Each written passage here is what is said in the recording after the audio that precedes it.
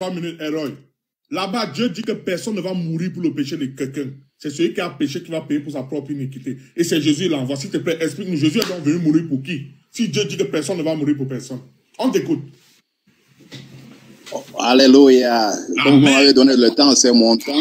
Oui, oui. Laissez-moi parler. Oui, en Israël, au temps du prophète Ézéchiel et les autres, Dieu dit que on ne va pas faire tuer quelqu'un pour les péchés d'une autre personne. Une personne ne peut pas porter les péchés d'une autre. Mais attendez. Tu sais, lorsque je parle avec les musulmans, hein, moi j'ai ma manière, mon modus operandi. Je sais comment opérer. Mais le Coran nous dit, Surat Al-Maïda, verset 29, a commencé. Attends, je te mets. Je t'ai dit. La règle était claire. Tu fais mention du Coran, tu perds ton temps. Et moi, je rigole pas. On va donner le temps à disciples. Là, tu vas apprendre à être éduqué seul. Vas-y, disciple, tu as 3 minutes. Jérémie 31, verset 30 dit, qui annonce la venue de Jésus. Personne ne mourra pour l'iniquité de l'autre. C'est celui qui a péché qui va payer pour son iniquité. Jésus est venu mourir pour qui? Selon Jérémie, bonne question. Oui, c'était pour ça même que j'avais fait ma demande pour inviter le pasteur sur moi le choix. Malheureusement, le verset que vous avez pris, le verset se finit au verset 30. Mais la nouvelle verset qui parle de la venue de Jésus commence dans Jérémie 31, verset 31, pas verset 30. Parce que la nouvelle alliance commence là-bas. Mais les jours viennent, déclare l'Éternel. Mais, attention, l'autre n'a rien à voir. Tu es en train de chuter, on entend parler. Ou moi. C'est coupé, redis tout ce que tu viens de dire. Vous m'entendez? Non, là c'est bon, redis tout ce que tu viens de dire. Ok. On n'a rien suivi, s'il te plaît. J'ai dit que Jérémie 30 là n'a rien à voir avec l'annonce, parce que la nouvelle alliance commence au verset 31. La nouvelle alliance commence au verset 31, mais des jours viennent, voilà là où déclare d'abord la nouvelle alliance, déclare l'Éternel, où moi, l'Éternel, je conclurai avec le peuple d'Israël et de celui de Juda une alliance nouvelle. Voilà où déclare le début. Elle ne sera pas, c'est-à-dire l'alliance, comme celle que j'ai conclue avec leur père quand je les ai pris par la main pour les faire sortir d'Égypte. Donc cette alliance ne sera pas de même alliance que les Juifs ont, c'est-à-dire l'alliance de la loi. Cette alliance-là, c'est-à-dire la nouvelle alliance, pardon, l'ancienne alliance, ils l'ont rompue. Donc l'ancienne alliance, ils l'ont rompue en fabriquant des veaux. Alors que moi, j'étais l'Éternel, leur suzerain. Donc ils ont déclaré, ils ont pris des idolâtres, dont l'alliance est gâtée. L'Éternel le déclare maintenant, voici, mais voici. Quelle alliance je conclurai? Maintenant, voilà l'alliance. Avec le peuple d'Israël, qui est les enfants d'Israël, après ces jours, c'est-à-dire ces jours qui vont venir, déclare l'Éternel, je placerai, c'est-à-dire que dès que l'alliance va venir, il placerait ma loi. C'est ça même que moi j'ai un peu de problème avec les chrétiens, qui dit que non, quand tu crois à Jésus, tu fais pas des lois. Non, je placerai ma loi. La loi de l'Éternel existe au plus profond d'eux-mêmes, c'est-à-dire que la loi que les Juifs ont dans le livre de Moïse, dans la Torah de Moïse, doit voir ça dans le cœur maintenant de ceux qui sont dans cette nouvelle alliance. Bon, le temps aura manqué pour finir ça, mais c'est pas grave, on continue. Je la graverai sur le cœur. C'est-à-dire que l'Éternel dit quoi? La loi qu'il avait fait, mais on doit trouver la loi dans ceux qui pratiquent cette nouvelle alliance en pratiquant dans leur cœur. Donc toute la loi que l'Éternel a dit à Moïse, si on ne voit pas cette pratique à ceux qui pratiquent les nouvelles alliances, c'est moi qui le dis, ce sont des faux et ils ne font pas partie de l'alliance. Donc toutes les personnes qui font, ils ne font pas partie de l'alliance. Voilà ce que je vais dire comme breveté. Mais comme j'étais monté pour le pasteur qui dit que Jésus n'est pas mort, c'est pour cela que j'étais monté. Mais bon, voilà. Le temps a manqué, merci. Ah, dis-donc, mettez-vous là-bas. Mettez-vous là-bas. On va aller reprendre d'abord. Attends ton tour. Quand tu vas arrêter de faire le malin, chaque fois que tu vas tenter de parler du Coran, tu perds ton temps. Mute-toi, tu attends. Chris Raj vient de dire une grosse bêtise dans Jérémie 31 que nous, les musulmans, les vrais rabbins. Moi, je suis le Rambambam. Voici Rachid à côté de moi. Moi, c'est le Rambambam. Voici Rachid. Rachid. Ah oui, oui, oui. Ouais, s'il te plaît, affiche-nous Jérémie 31, verset 1. Allez. Il a dit que l'alliance commençait au verset 31, non? On va voir. Eh, mon frère, c'est mon temps de parler. Si tu veux commencer le désordre, tu descends. Mute-toi, tu attends ton tour. Il y a les questions qui viennent. Chaque fois que tu vas faire le malin, tu perds ton temps. S'il te plaît, lis-nous le verset 1. En ce temps-là, dit l'Éternel, je serai le Dieu de toutes les familles d'Israël. et ils seront mon peuple. J'ai dit, hein, lis lui-même le verset 2. Ainsi parle l'Éternel, il a trouvé grâce dans le désert, le peuple de ceux qui ont échappé au glaive. Israël marche vers son lieu de repos. Merci.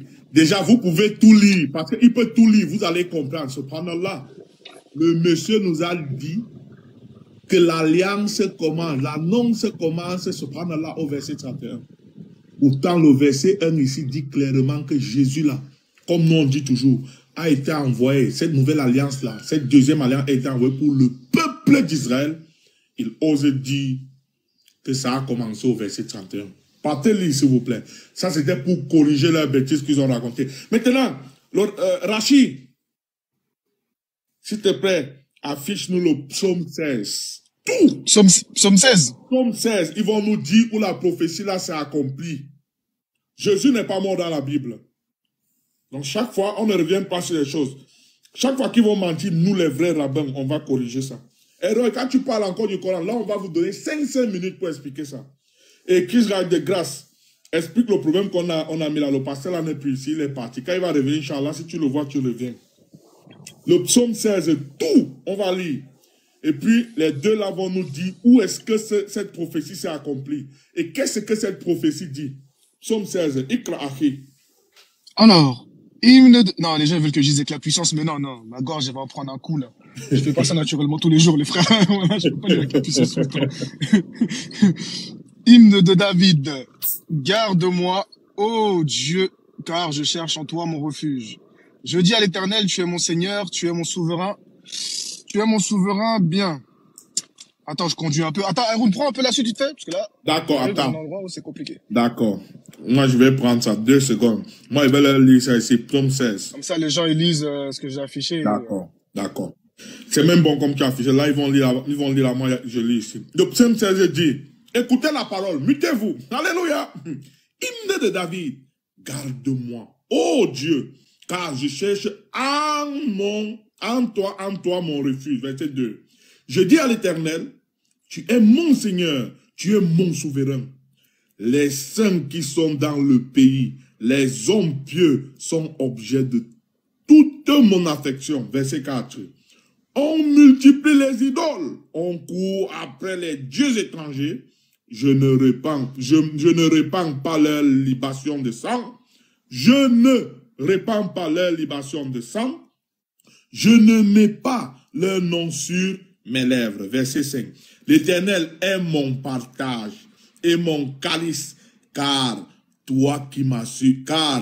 c'est toi qui m'as su mon lot. Ce n'est pas un long sommet, ne vous dérangez pas. Verset 6. Un héritage délicieux m'est échu, une belle possession m'est accordée. Verset 7. Je bénis l'Éternel, mon conseiller. La nuit, même mon cœur m'exhorte. Verset 8. J'ai constamment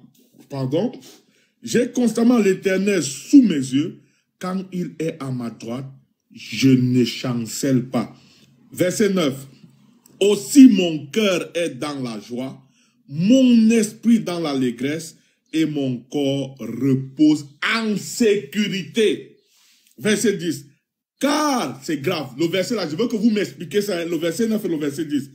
Car tu ne livreras pas mon âme au séjour des morts. Tu ne permettras pas que ton bien-aimé voie la corruption. Tu me feras connaître le sentier de la vie. Il y a d'abondantes joies devant ta face, des délices éternelles à ta droite. Roy, Chris Raj, vous aurez 5 minutes pour répondre à ça. Vous allez nous expliquer. Attends, Roy, attendez, pourquoi vous êtes toujours pressé comme ça? Concentrez-vous à écouter ce qu'on vous demande, parce que si vous ne répondez pas, je serai obligé de vous couper dans votre allocution pour vous ramener à l'ordre. Donc, notez les questions. Dans le psaume 16 ici, on veut que vous nous expliquiez le verset, déjà, on commence même, le verset 8, le verset 9, le verset 10. Vous expliquez les 3 versets là, en 5 minutes. Après, vous nous dites où la prophétie s'est accomplie. Parce que ici, Dieu ne livre pas son serviteur Au contraire, il est en sécurité auprès de Dieu. S'il vous plaît, dites-nous où ça s'est accompli. On va mettre le showtime. On commence par le rabbin Elroy. Vous avez 5 minutes. Donc, celui qui veut même lire, il va lire. Attends, Elroy.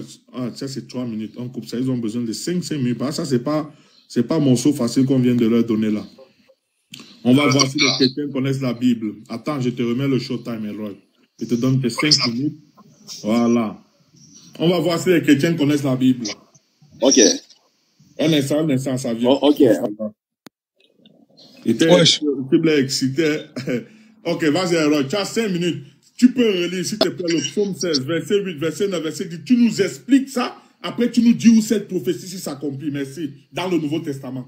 Merci. Tu prends mes 10 secondes déjà. On va t'ajouter. Lorsque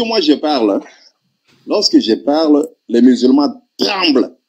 Ils disent, reste dans la Bible, ne touche pas le Coran. Puis ils savent que si je touche le Coran, ils ne peuvent pas faire 2 minutes avec moi. Maintenant, je vais rester dans la Bible. Si tu parles encore du Coran, moi je vais fermer ton temps et on passe à crise là. Je ne vais pas t'avertir. Même le mot Coran encore là, parce que tu perds le temps aux gens. Restons dans la Bible. Tu nous expliques ça. Après, tu nous dis où cette prophétie s'accomplit. Merci. Psaume chapitre 16. Psaume chapitre 16. Verset 8, là où il dit que... Explique-nous les 3 versets là. Après, tu nous dis la prophétie s'accomplit. Merci. Ne prends pas mon temps. Il dit, tu ne livreras pas mon âme au séjour des morts, tu n'abandonneras pas tu ne permettras pas que ton sein voie la corruption. Ça s'est accompli où? Actes des apôtres au chapitre 2. La Bible est dans mon sang. Actes des apôtres au chapitre 2. Explique-nous les 3 versets. Après, maintenant, tu nous dis que c'est accompli. C'est mon temps. Actes des apôtres au chapitre 2. Tu dois faire. Explique-nous ces 3 versets, s'il te plaît. Qu'est-ce que ça veut dire? Après, maintenant, tu nous donnes l'accomplissement. Ne nous donne pas l'accomplissement sans expliquer. S'il te plaît. Maintenant, pourquoi est-ce que tu prends mon temps? Actes des apôtres au chapitre 2. Je vais vous couper chaque fois que vous allez dériver pour vous recadrer. Donc, si tu ne veux pas qu'on te coupe, on a été très clair. Explique-nous, s'il te plaît, les 3 versets. Puis dis-nous, ça sert à quoi? Donc, Israël, prépare-toi. Le verset dit tout simplement que Jésus ne sera pas abandonné dans le séjour des morts. Il ne sera pas abandonné. Tu n'abandonneras pas mon âme. Donc, je suis dans le séjour des morts. Tu ne vas pas abandonner mon âme. Et cela s'est accompli dans Actes des apôtres au chapitre 2. Là, c'est l'apôtre Pierre, le grand apôtre Pierre. Il dit, Jésus n'était pas abandonné dans le séjour des morts. Et cela s'est accompli comme c'était annoncé dans Psaume au chapitre 2, au chapitre 16. Et Jésus-Christ lui-même témoigne, j'étais mort et je suis retourné à la vie. Je vais te relire le verset. Écoute ici, tu as encore laissez-moi mon temps. Écoute-moi ici, c'est mon temps. Sinon, moi, il t'arrache le temps. Hein? Moi, il te dit, ne fais pas le malin comme ça. Je vais relire le verset ici, s'il vous plaît. Le verset 8 dit, j'ai constamment l'Éternel sous mes yeux. Quand il est à ma droite, je ne chancelle pas. Verset 9. Aussi mon cœur est dans la joie, mon esprit dans l'allégresse et mon corps repose en sécurité. Quelqu'un qui est en sécurité, c'est quelque chose pour lui arriver. Non. Verset 10. Car tu ne livreras pas mon âme au séjour des morts. Tu ne livreras pas mon âme au séjour des morts. Au séjour des morts. Tu ne permettras pas que ton bien-aimé voie la corruption. Demi-toi, tu nous expliques ça. Tu ne livreras pas. Il n'a pas dit que tu vas arriver au séjour des morts. Explique-nous ça. Arrête de faire le malin, dis non. Mais pourquoi est-ce que tu prends mes minutes? Parce que tu fais le malin. Je t'ai averti avant ça. Si tu fais le malin, je vais intervenir. Je vous ai dit. Remets mon minute puisque j'ai dit. Remets mes minutes. Je ne vais pas frapper le Coran. J'ai pitié de vous. Je reste dans la Bible. Dans la Bible. Dans la Bible, on dit ceci. S'il te plaît, Jésus dit. Voilà, il te reste 1 minute 20 secondes, s'il te plaît. Tu ne livreras pas mon corps à la corruption. Explique-nous ça. Donc, cela veut dire Jésus ne pouvait pas pourrir. Même dans le séjour de mort, Jésus ne pouvait pas pourrir. C'est pour cela qu'il a dit que le 3e jour, il ressuscitera. Et le 3e jour, Jésus est ressuscité. Et lui-même, Jésus témoigne. Je suis vivant. J'étais mort. Je suis vivant. Et il n'y a aucun musulman capable de me débattre avec ça. Et ils me disent de ne pas toucher le Coran, puisque le Coran témoigne. Bon, je n'ai pas touché le Coran, Jésus ne devrait pas pourrir. Il était dans le ciel. Et que chaque fois que tu vas parler du Coran, t'enlèves. Chris Raj, tu as assez 5 minutes, il va te lire les versets pour que ce ne soit pas comme avec Héroï. Non, je connais le verset. Non, je vais lire, que tout le monde comprenne. Psaume 16, verset 8 dit, j'ai constamment l'Éternel sous mes yeux. Quand il est à ma droite, je ne chancelle pas. Tu vas nous expliquer ça. Verset 9, aussi mon cœur est dans la joie, mon esprit dans l'allégresse, et mon corps repose en sécurité. Et mon corps repose en sécurité. Verset 10. Écoute, très important le verset 10. J'insiste beaucoup que tu nous expliques ça. Car tu ne livreras pas mon âme au séjour des morts. Pour aller au séjour des morts, il faut déjà d'abord mourir. Français facile. Car tu ne livreras pas mon âme au séjour des morts. Tu ne permettras pas que que ton bien-aimé voit la corruption. Explique-nous ces 3 versets, puis tu nous dis où cette prophétie de Psaume 16 est accomplie. On t'écoute. Ok. D'abord, comme dit Elroy, d'abord, premier côté, Aaron ne fait jamais encore de Jérémie 31, verset 1. C'est une erreur, ne le commet plus jamais, ça fait 1. De 2, Elroy a expliqué, mais je vais encore expliquer. Parce que dans un premier côté, le texte, je ne sais pas quelle Bible tu lis, mais il faut dire à la traducteur de corriger.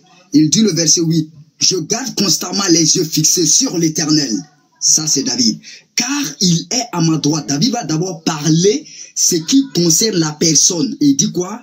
Pour que je ne vacille pas. Ça, c'est David qui parle. Maintenant, David dit quoi? Voilà pourquoi, moi, David, mon cœur est dans la joie. Pourquoi? Parce qu'il sait qu'un jour, il va faire quoi? Il va être ressuscité. Mon âme exulte d'allégresse, comme David qui le dit.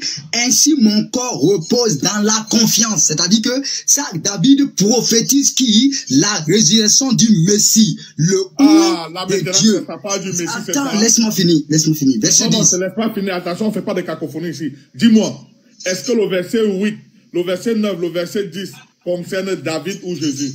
Non, le verset 8, David va parler d'abord de ce qui va lui donner la joie, qui est le Messie, mais le verset 9, David parle de lui. Maintenant, écoute le verset 10. Écoute bien le verset 10. Quand il faut préserver quelqu'un de la mort, ça parle de David. Quand il faut livrer quelqu'un à la mort, ça parle de Jésus, c'est ça? Non, je dis David présente d'abord le Christ et après il montre pourquoi lui son âme sera dans la graisse. Explique-nous dans le verset 10, s'il te plaît. Merci beaucoup. Écoute bien le verset 10, mon coco. Après tu demandes une bonne Bible. Tu regardes bien. Tu ne m'abandonneras pas. Arrêtez-nous les C'est le verset 10, c'est le verset 10. Écoute bien.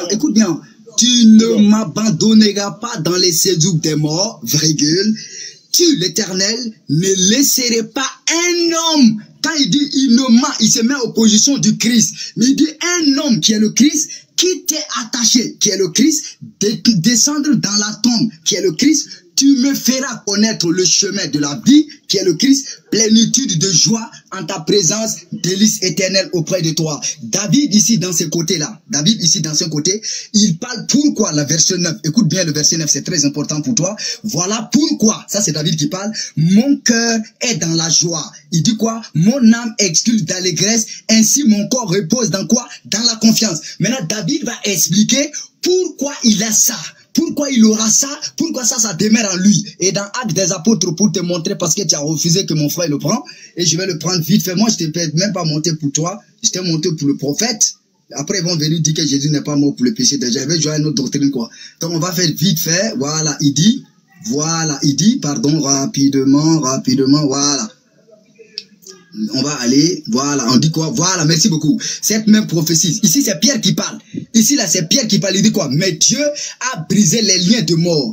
Il l'a ressuscité, car il était impossible que la mort le retienne captif. En effet, David dit de lui, écoutez bien, je garde constamment les yeux fixés sur le Seigneur, car il est à ma droite pour que je ne se vacille pas. Même parole, voilà pourquoi mon cœur est dans la joie, mes paroles débordent d'allégresse, même mon corps reposera dans l'expérience. Tu ne m'abandonneras pas dans les séjours des morts, tu ne laisseras pas un homme qui t'est dévoué et décomposé dans la tombe. Ça dit que ça c'est l'apôtre Pierre qui parle. Si on va dire que l'apôtre Pierre ment, ça c'est Pierre qui parle. Et Pierre parle sous l'inspiration du Saint-Esprit, comme a dit le frère Héroï. Donc là-bas, ça ne concerne pas David, ça concerne maintenant toi, Haroun. Si tu vas contredire Pierre ou tu vas contredire le Saint-Esprit, libre à toi. Nos frères t'a dit, mon homme a dit, sois béni. Mais ne prends plus jamais Jérémie 31. C'est pas bon pour toi. Sois béni. Il pensait que il est ici là dans les bars pour faire la talakou. Il parle de dire que la Aaron. Oui, Rachid, mon nom c'est pas Aaron, mon nom c'est le Rambambam. Le Rambam. Quand comment on dit oui en hébreu? Tu peux dire les juifs là, comment on dit oui en hébreu, s'il vous plaît? Tu peux dire oi, tu peux dire oi.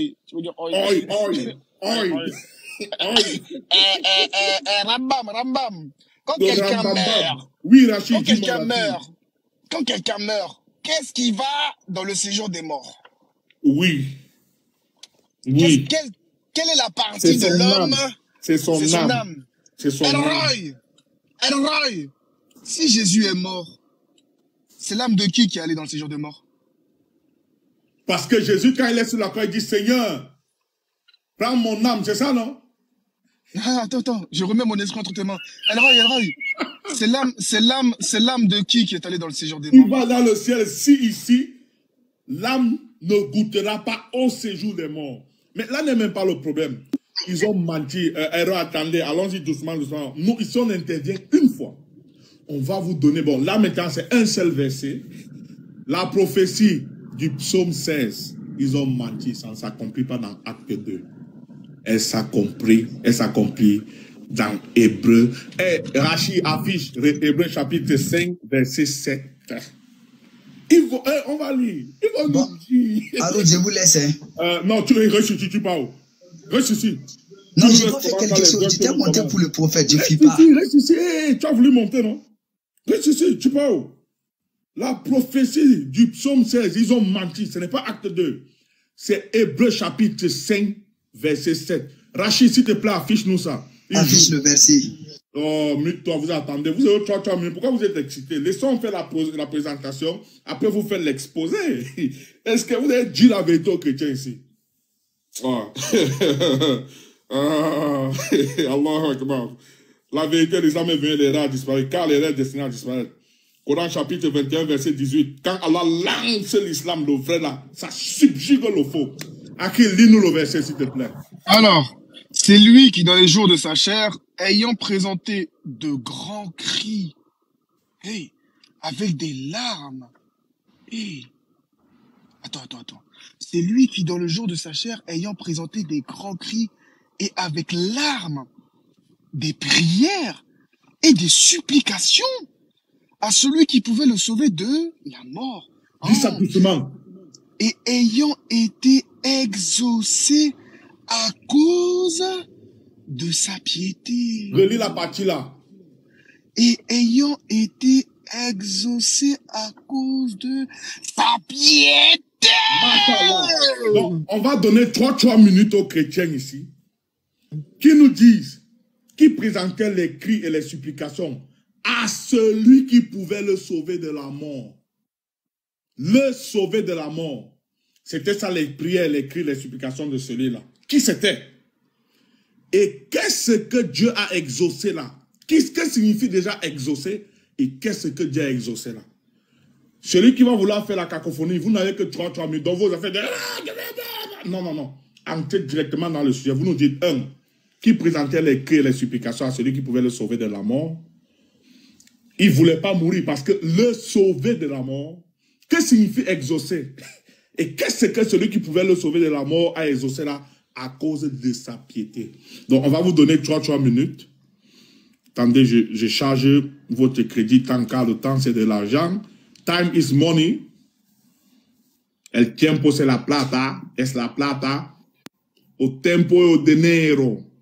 On va mettre donc, héros, prépare-toi. Pas de taquia, sinon je te coupe. Tu parles du Coran, je te coupe. Et si tu veux parler du Coran pour esquiver la question, je te descends. Expliquez-nous la Bible ici.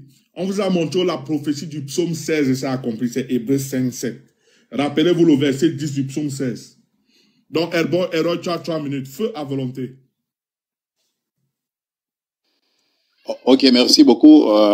J'appelle que tout le monde puisse enregistrer cette partie. Il y a Aaron et El Nino qui ont donné Hébreux chapitre 5, verset 7. Et tous les musulmans du monde qui vous lisent la Bible, suivez bien. Ils coupent les versets, puisque c'est 7 à 8. Hébreux 5, 7 et 8. Il y a une virgule. On dit ceci.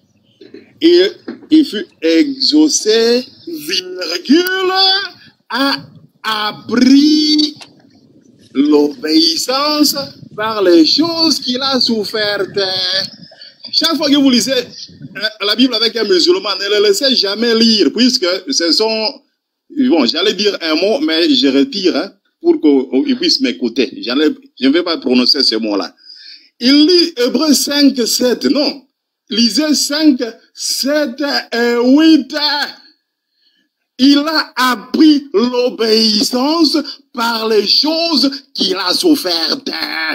Ça, c'est Hébreux 5, 7. Je suis un Hébreu moi-même. La Bible est dans mon sang. Alors, tu as 1 minute 48 secondes et tu es encore en train de vouloir embrouiller les gens. S'il te plaît, qu'est-ce que Dieu a exaucé ici, là? Il s'agit de qui déjà? Ne m'interromps pas, c'est mon temps. Maintenant, on dit ceci. Et qu'est-ce que Dieu a exaucé, s'il te plaît?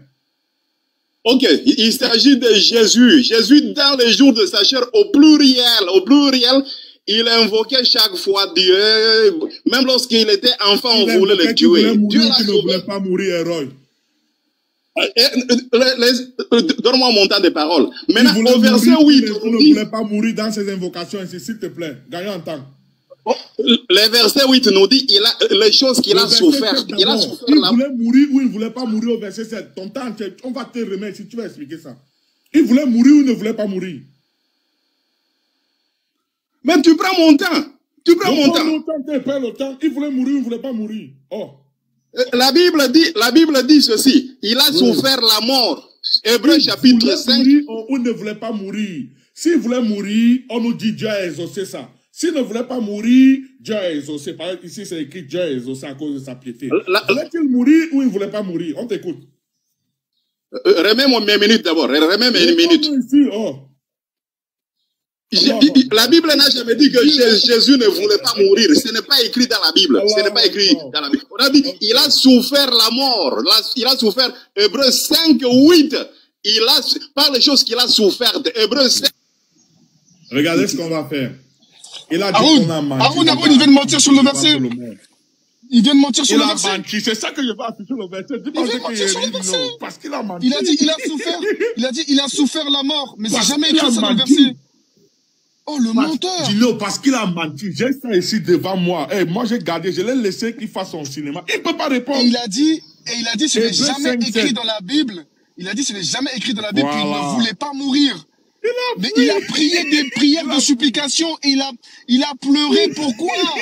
Parce qu'il ne voulait pas mourir. Oh, le menteur. Subhanallah, des présenteurs. Nino, on va lire. Ils ont dit que non, on a changé, non? Voilà, ça j'affiche. S'il vous plaît, faites la capture d'écran. Pour ceux qui ont les Bibles là, lisez. Et puis, on va voir entre les chrétiens, les musulmans, les qui disent la vérité, ils ne l'ont ni tué, ni crucifié, mais c'est Allah qui l'a élevé. Voilà ça ici dans la Bible. Malgré les cachotteries qu'ils ont fait, non, on s'est remonté les pistes par la grâce d'Allah Azzawajal. Donc, on va lire. On va donner 3 minutes aux disciples qui nous expliquent de qui il s'agit ici. Quelles étaient ses prières? Il voulait mourir ou il ne voulait pas mourir? Est-ce que Dieu a exaucé ou il n'a pas exaucé? Donc, je vais lire comme il a dit qu'on a changé. On va éclairer. C'est lui qui, dans les jours de sa chair, ayant présenté avec de grands cris et avec larmes des prières et des supplications à celui qui pouvait le sauver de la mort. Et avec larmes des prières et des... Oh, dis donc. On va recommencer à lire. Pas d'embrouille, c'est moi. Je vais réécrire. C'est lui qui, dans les jours de sa chair, ayant présenté avec des grands cris et des larmes, des prières et des supplications à celui qui pouvait le sauver de la mort, à celui qui pouvait le sauver de la mort, à celui qui pouvait le sauver de la mort, et ayant été exaucé à cause de sa piété, et ayant été exaucé à cause de sa piété. Et verset 8, verset 8. Va au verset 8. Arrête de crier, s'il te plaît. Arrête de crier. Déjà, t'as menti. Arrête de crier. On a bien commencé. S'il n'y avait pas de désordre, si tu veux faire le désordre, tu descends. Hein. Quand c'est dur, vous commencez à faire les fous. Voilà. Moi, j'aime pas où il y a les bruits. Vous voulez parler, on va vous donner le temps de parole. Exaucé et ayant été exaucé à cause de sa piété. Maintenant. Les versets prochains, les versets qui viennent. Verset 8. On va mettre le verset prochain même. Est-ce que moi je refuse? Voilà ça. Puis on va revenir là. Voilà Hébreux 5:8. S'il vous plaît. Voilà, ici là. Tu peux me montrer, il a souffert de la mort, s'il te plaît? C'est écrit où? T'inquiète. On va afficher. Il veut tromper les gens. Ne se dérange pas, dis non. A appris, bien qu'il fût fils, l'obéissance par les choses qu'il a souffert. Par les choses, je vais zoomer ça encore. Par les choses qu'il a souffert, pas par les choses qu'il est mort. Me voici ici, je souffre. Voilà Nino, il souffre. Toi, voilà, tu souffres. Est-ce que tu es mort? Ah, il dit qu'on a eu au verset. Oui. On va mettre le verset. La souffrance de Jésus, la Bible se définit. Hébreux 2:9. Hébreux 2:9. Mon ami, ne cherche pas à venir embrouiller les gens ici. Hein. Comment ça, 2:9? Comment ça, 2:9? Il n'y a pas le problème, on va lire le 5:9 et puis on revient au 5:7. Il a fait ça pour embrouiller les yeux des gens, mais moi, je vais relire. Erreur, si tu te demites encore, tu descends. Ici, c'est pas la cour du roi, peut-être, vous dites toujours. Voilà. Il a dit qu'on lise le verset 9, je vais lire. Moi, je vais lire. Je vous ai dit la prophétie de Psaume 16. Et ça compris dans Hébreux 2:9. Mon ami, ça c'est qui ça même? Ah, donc ça, on n'est plus dans Hébreux 5. On n'est plus dans Hébreux 5, maintenant il faut aller dans Hébreux 2:9. Il va d'ailleurs nous sortir ce panel-là. Même là-bas, on va te suivre, t'inquiète, Inch'Allah. Attends, on finit ici. Il a dit il a dit Hébreux 2:9. Donc on retourne d'abord. Comme il a voulu embrouiller la galerie pour amener vos esprits loin. Et avec nous les musulmans, on a Al-Furqan. On résume tout le verset Hébreux 5:7, qui est la prophétie du psaume 16. S'il vous plaît, mesdames, mesdemoiselles et messieurs, le Rambambam et Rachi vous présente la Bible. C'est lui qui, dans les jours de sa chair, ayant présenté avec de grands cris et avec l'arme des prières et des supplications à celui qui pouvait le sauver de la mort, à celui qui pouvait le sauver de la mort, à celui qui pouvait le sauver de la mort, et ayant été exaucé à cause de sa piété, et ayant été exaucé à cause de sa piété, et ayant été exaucé à cause de sa piété. Vraiment, les chrétiens, on va vous donner 3 minutes. S'il vous plaît, il s'agit de qui ici? Quelles étaient ses prières? Il voulait mourir ou il ne voulait pas mourir?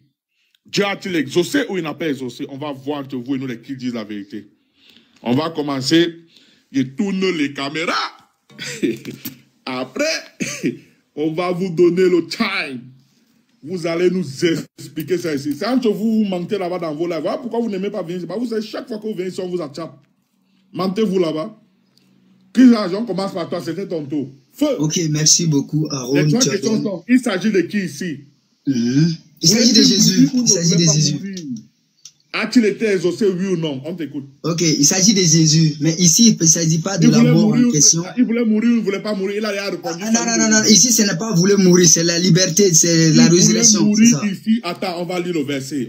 J'ai le verset, je peux le lire. Attends, on lit le verset, ton temps passe. Oh. Tu as dit, il s'agit de Jésus, tu as répondu à la première question. Ici, tu dis que non, ce n'est pas une question de mourir ou pas mourir, on va lire. C'est lui qui, dans les jours de sa chair, ayant présenté avec de grands cris, et avec des prières et des supplications à celui qui pouvait le sauver de la mort.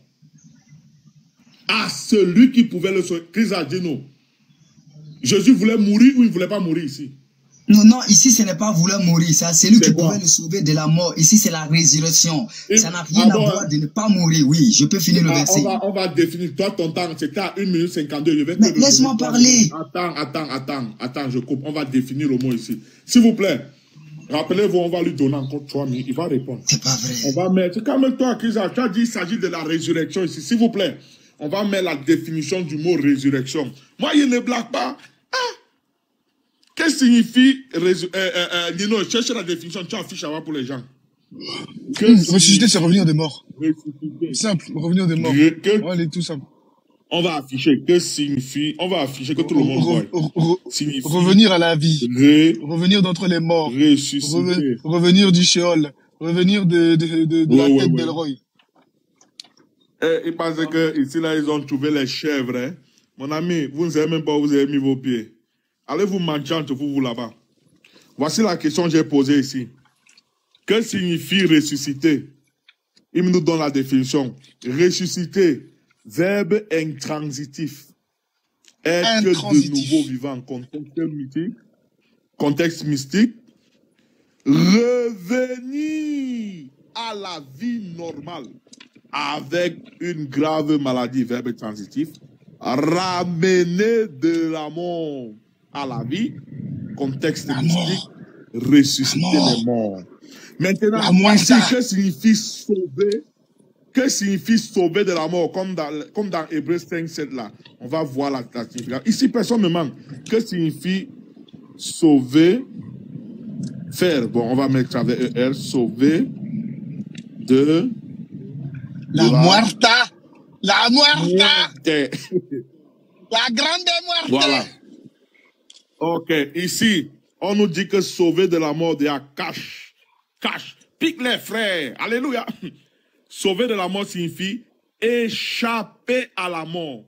Ressusciter veut dire mourir, puis revenir à la vie. Que ce soit bien clair. On va entrer même dans le dictionnaire Laro s'ils veulent. S'ils veulent. Frappe les frères, pique. El corbeau aura la diarrhée. Voilà. Famille, sauver les meubles, une situation difficile, prévenir.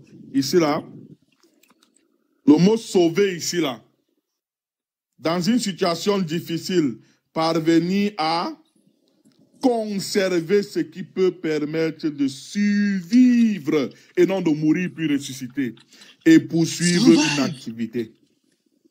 On va revenir encore ici, que ce soit bien qu'il est clair. On dit ici là que sauver de la mort signifie quoi? Échapper à la mort. On va remettre maintenant le hébreu là. Clair, frère, clair. Hébreu. On va relire parce que ici là, on va voir si dans Hébreu 5, 7, il y a le mot sauver de la mort qu'on vient de lire ici, échapper à la mort. Hébreu 5, 7. On zoome, que tout le monde puisse lire. C'est lui qui, dans les jours de sa chair, ayant présenté avec des grands cris et avec larmes, des prières et des supplications, à celui qui pouvait le sauver de la mort. Rappelez-vous, sauver de la mort là-bas signifie échapper à la mort. Ressusciter veut dire mourir puis revenir à la vie. Donc ici c'est sauver de la mort. Donc à celui qui pouvait le faire échapper de la mort et ayant été exaucé, qui signifie accepter les prières à cause de sa piété.